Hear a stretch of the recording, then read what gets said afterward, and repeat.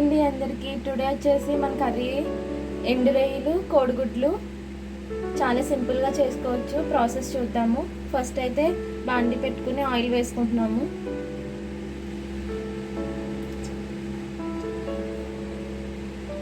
Oil heat అయిన తర్వాత ఎండు రొయ్యలు అయితే తీసుకున్నాము. ఒకవేళ ఎండు రొయ్యలు ఇష్టం లేని వాళ్ళు పచ్చి రొయ్యలు తీసుకోవచ్చు, లేదంటే నార్మల్గా కూడా చేసుకో. హీట్ అయింది, దీంట్లో ఎండు రొయ్యలు వేసుకుందాము.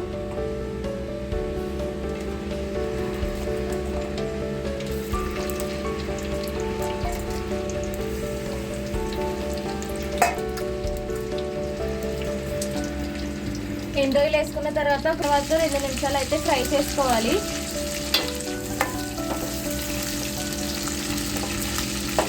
ఇంట్లో వచ్చేసి కరివేపాకు,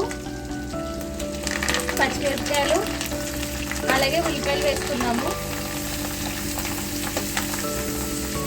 దీంట్లో కొంచెం సాల్ట్ యాడ్ చేసుకుని ఉల్లిపాయలు మగ్గేంత వరకు ఫ్రై చేసుకోవాలి.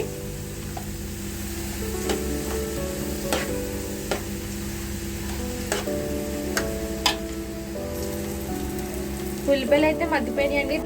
వీడియో అయితే కొంచెం మిస్ అయిందండి. ఉల్లిపాయలు మగ్గిన తర్వాత పసుపు, కారం, అలాగే వాటర్ యాడ్ చేసుకున్నాము. వాటర్ యాడ్ చేసుకున్న తర్వాత ఇలా అయితే ఉంది. ఇందులో అయితే మనం ముందుగా బాయిల్ చేసుకుని ఒక ప్యాన్లో ఆయిల్ వేసుకుని కొంచెం పసుపు, ఉప్పు వేసుకుని ఫ్రై చేసుకుని ఎగ్స్ అయితే దీంట్లో వేస్తున్నామండి. ఎగ్స్ వేసినప్పుడు మనం ఫ్రై చేసినప్పుడు ఘాట్లు అయితే పెట్టకూడదు. ఇప్పుడు దీంట్లో వేసినప్పుడు మాత్రం ఘాట్లు పెట్టుకుని వేసుకోవాలి ఎగ్స్ని.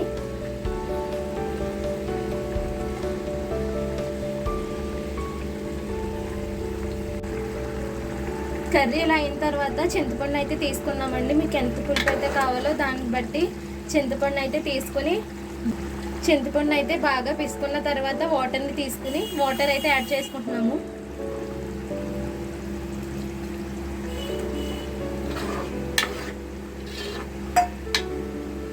ఒక 5 మినిట్స్ కర్రీ అలా చేస్తే సరిపోతుంది.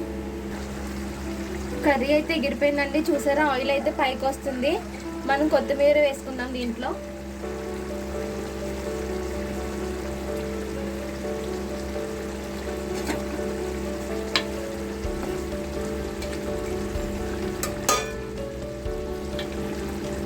టూ మినిట్స్ అయితే అలా ఉంచుకున్న తర్వాత ఇంకా అయిపోయిందండి. కర్రీ అయితే రెడీ అయిపోయింది. థ్యాంక్ యూ ఫర్ వాచింగ్ అండి.